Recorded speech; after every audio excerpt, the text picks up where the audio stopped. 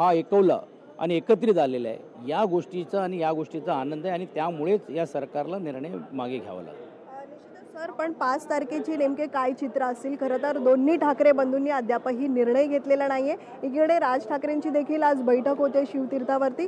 उद्धव ठाकरेंनी काय याबाबत भूमिका जाहीर केली आहे? कालच या बाबतीत चर्चा झालेली आहे.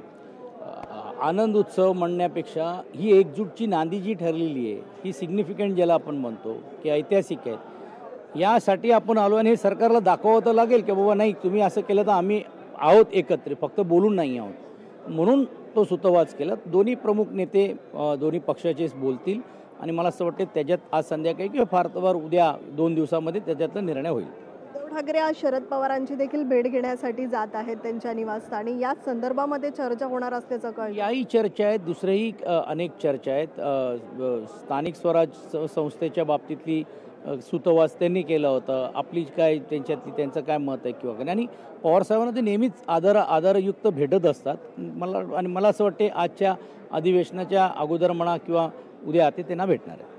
खूप खूप धन्यवाद सर. व्हिडिओ जर्नलिस्ट रोहित कांबळेसह मीनाक्षी म्हात्रे, लोकशाही मराठी, मुंबई.